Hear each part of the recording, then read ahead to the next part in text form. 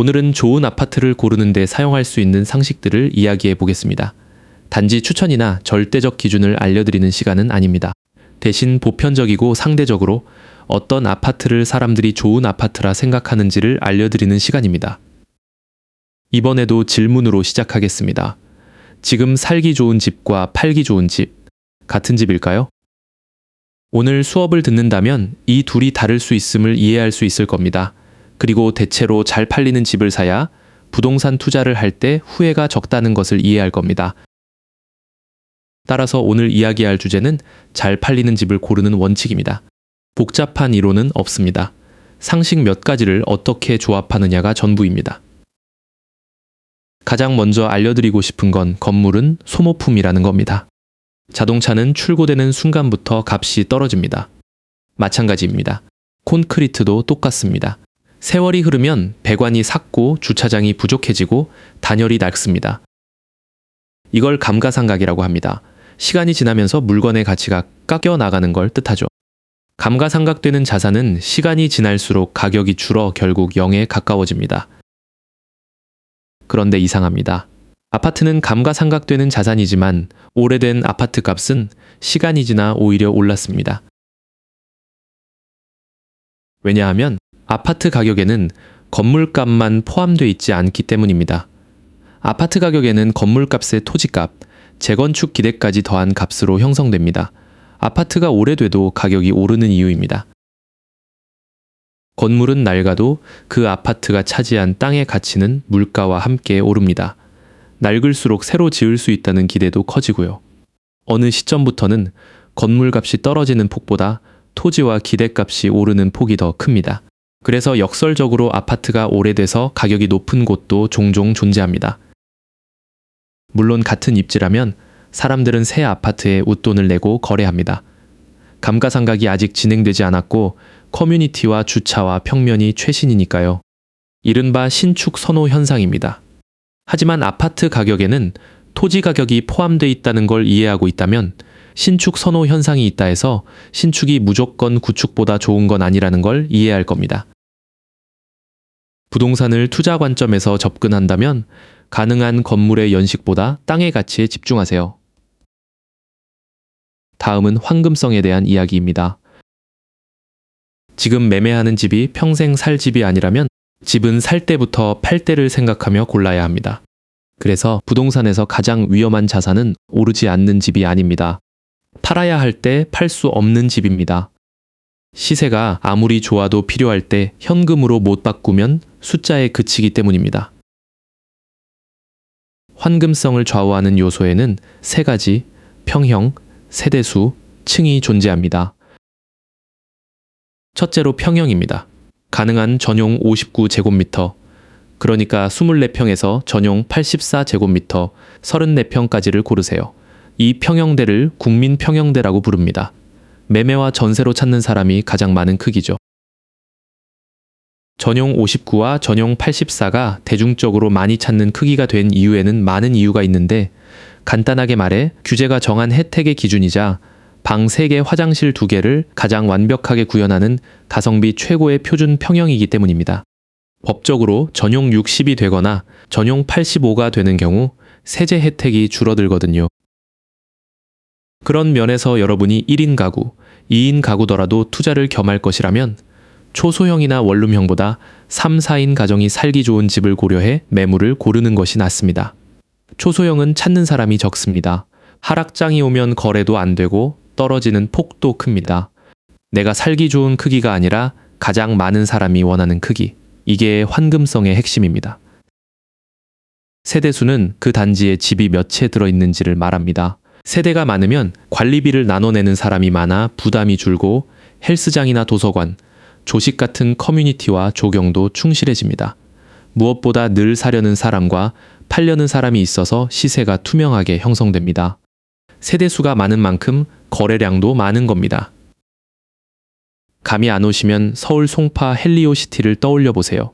여기는 약 9,500세대짜리입니다. 이 정도면 매물이 늘 몇십 개씩 나와 있어서 시세 확인이 쉽고 거래도 활발합니다.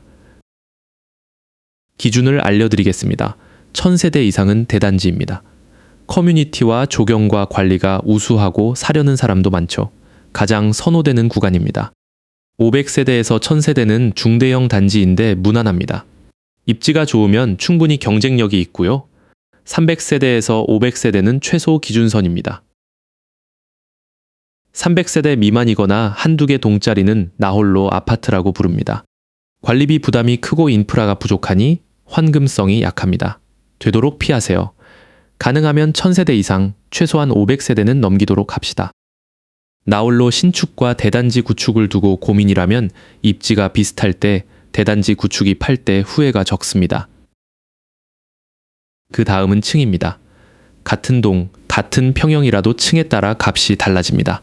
보통 전체 층수의 30에서 40% 구간을 로열층이라고 하는데 평균가에 프리미엄이 붙습니다. 20층짜리 동이라면 13층쯤입니다. 반면 저층은 평균가보다 낮게 거래됩니다. 특히 서울에서는 저층과 로열층의 가격 차이가 두 자릿수 %까지 벌어지기도 합니다. 1층에서 3층은 사생활 노출 문제, 조망, 일조량 문제로 인해 찾는 사람이 적어 잘 안 팔립니다. 다만 1층을 비우고 기둥만 세운 필로티 구조의 조경뷰가 좋은 신축 저층은 예외적으로 다시 평가받기도 합니다. 최상층은 층간소음에서 자유롭고 조망이 좋습니다. 대신 민감한 분들은 바람의 흔들림을 느끼거나 냉난방비 부담이 생길 수 있죠. 요즘 신축은 단열이 좋아 이런 단점이 줄었고 테라스형은 오히려 단지 최고가가 되기도 합니다. 그래서 선호 차이가 있긴 하지만 되도록 피하는 것이 좋습니다. 향은 여전히 남향이 프리미엄입니다. 남향은 거실 큰 창이 남쪽을 보는 집이라 해가 오래 들어옵니다. 한편 북향은 값이 다소 낮고 동향보다는 서향이 선호되는데 차이는 예전보다 줄었습니다. 다행인 건 향은 그렇게 크게 신경 쓰지 않아도 되는 요소라는 겁니다. 왜냐하면 건설사도 수요자들이 남향을 선호한다는 걸 알아서 신축은 대부분 남향이나 남동향, 남서향으로 짓기 때문입니다. 크게 신경 쓰지 않아도 되지만 가능하면 향도 보고 고르세요. 참고로 한강권은 한강 조망 때문에 일부러 북향으로 짓기도 합니다. 그러면 다음은 실전에서 알아두면 사용하기 좋은 꿀팁들입니다. 먼저 금매는 대체로 실거래가의 90에서 95% 선에서 거래된다고 생각하면 됩니다. 실거래가가 10억이면 9억에서 9억 5천만 원 사이라는 뜻이죠. 금매라고 해서 시세보다 20% 싸거나 하는 집을 기대하면 안 됩니다. 물론 종종 그런 거래가 실거래로 찍히기도 하지만 애초에 그런 물건은 우리에게 오기도 힘드니 아예 고려하지 않는 것이 좋습니다. 그리고 저층은 로열층보다 10%가량 쌉니다.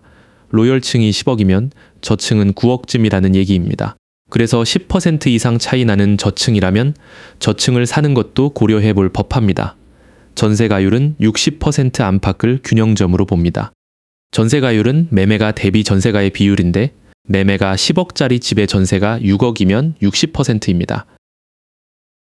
물론 이 숫자들은 시장과 시점과 단지에 따라 크게 달라지는 대략의 감각일 뿐입니다. 특정 물건에 그대로 대입할 숫자가 아니니 실제 판단은 계약 당시 시세를 직접 확인하고 하세요. 좋은 집을 고르는 일만큼 나쁜 선택지를 걸러내는 일도 중요합니다.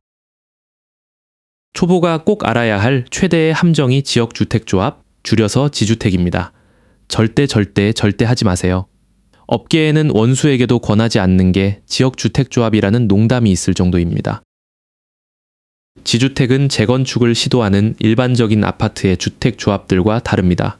왜냐하면 땅에 권리가 없는 사람들이 땅을 확보하지 못한 채 돈만 모아 재건축, 재개발을 하려 하기 때문입니다. 생각해보세요. 내가 어느 빌라에 살고 있는데 다짜고짜 어떤 사람이 와서 여기 재건축할 테니 팔아달라 하면 여러분은 팔아주실 건가요? 분명 누군가는 팔기 싫어할 것이고 누군가는 시세보다 훨씬 높은 금액을 부를 겁니다. 그러는 한편 지주택은 사업을 시작하기 위해 사업구역의 대지 면적 80% 정도를 확보해야 합니다. 그래서 성공하기 어려운 겁니다. 토지 확보에 사업이 몇 년씩 지연되고 그 사이 금융비용과 공사비가 늘어 추가 분담금이 크게 불어납니다. 지주택은 2004년 이후 전국 사업지의 준공 성공률이 약 17%라는 통계가 있습니다. 100곳이 시작하면 17만 준공에 이르렀다는 뜻이죠.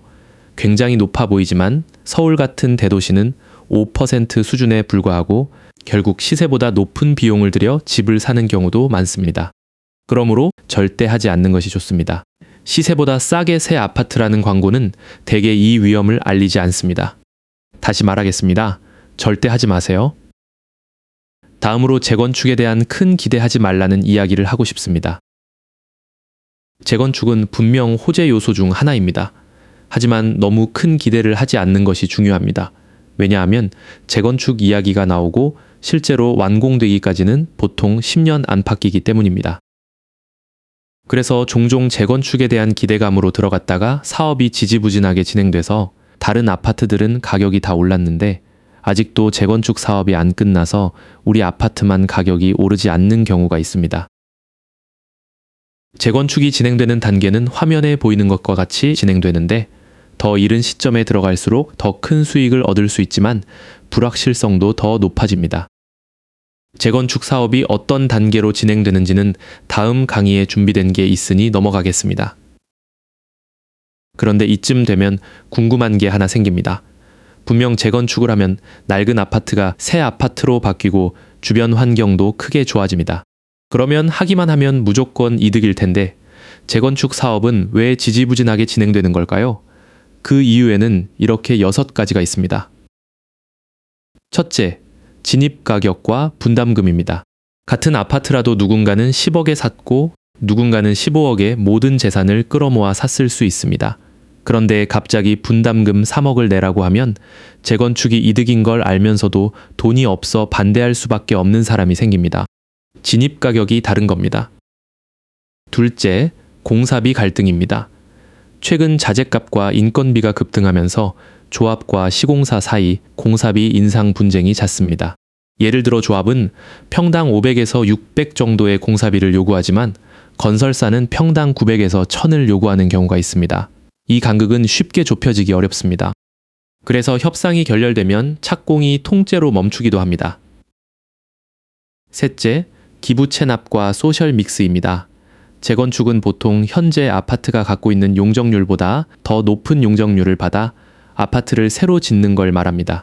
그래서 정부와 협의를 해야 하는데 이 과정에서 정부는 용적률을 더 받는 대가로 도로나 공원을 내놓거나 공공주택을 넣으라는 요구를 합니다.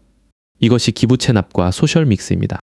소셜 믹스는 분양 세대와 임대 세대를 한 단지에 섞어 여럿이 어울리는 사회를 만들자는 취지입니다. 의도는 굉장히 좋지만 분양을 통해 분담금을 충당해야 하는 조합원들 입장에서는 사업성을 떨어뜨리는 요인입니다. 그래서 재건축을 추진하는 단지에서는 이 제도가 사라지거나 축소될 때까지 사업을 미루기도 합니다. 넷째, 재건축 초과 이익 환수제, 줄여서 재초안입니다. 재건축으로 얻은 초과 이익의 일부를 부담금으로 걷어가는 제도입니다. 그래서 아파트 조합원들이 얻을 수 있는 수익이 줄어 재건축의 사업성을 악화시키기 때문에 마찬가지로 이 제도가 없어질 때까지 조합원들은 재건축을 미루기도 합니다. 다섯째, 사업비를 믿지 못하는 사람이 있습니다. 재건축 추진위원회나 조합이 사업비를 불투명하게 쓰기 시작한다면 누군가는 추진 자체를 반대하기 시작합니다. 분담금이 왜 3억이나 필요하냐, 2억이면 되지 않냐라는 식입니다. 실제로 재건축은 큰돈이 걸린 사업이기도 하고 그로 인해 사업비를 개인의 사리사욕을 위해 사용하려는 사람도 많아서 의심정황이 포착된다면 재건축 사업 추진이 멈출 수도 있으니 조심해야 합니다. 여섯째, 모두가 이해관계가 다릅니다.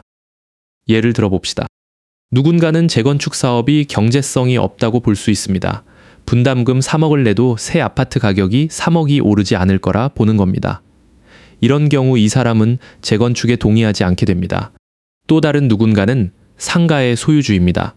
그런데 상가 주인 입장에서는 재건축 추진 시 공실이 발생해 임대 수익이 끊깁니다.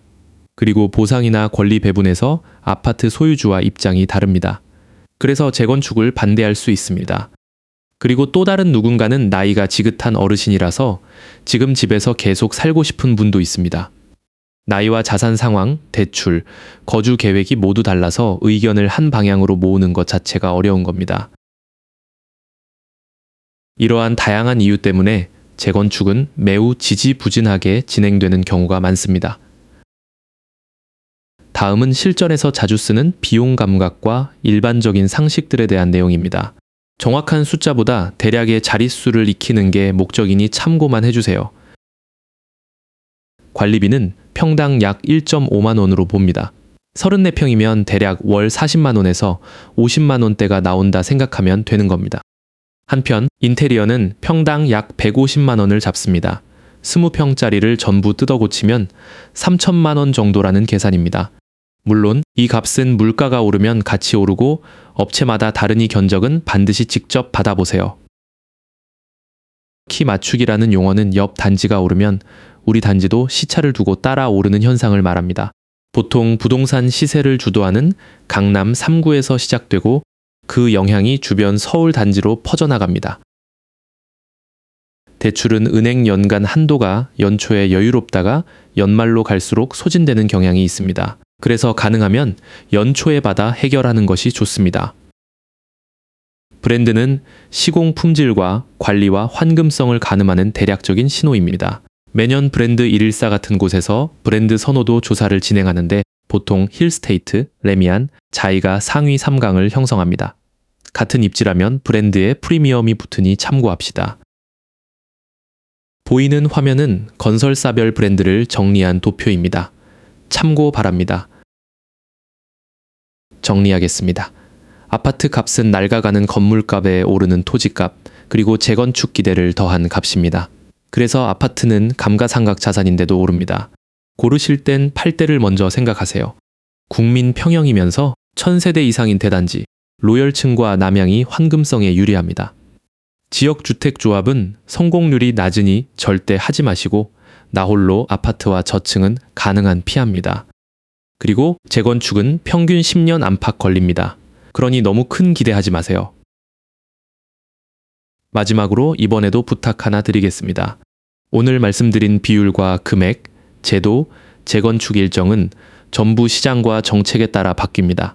감을 잡는 용도로만 쓰시고 실제 계약은 그 시점의 시세와 공고와 규정을 직접 확인하고 판단하세요. 감사합니다.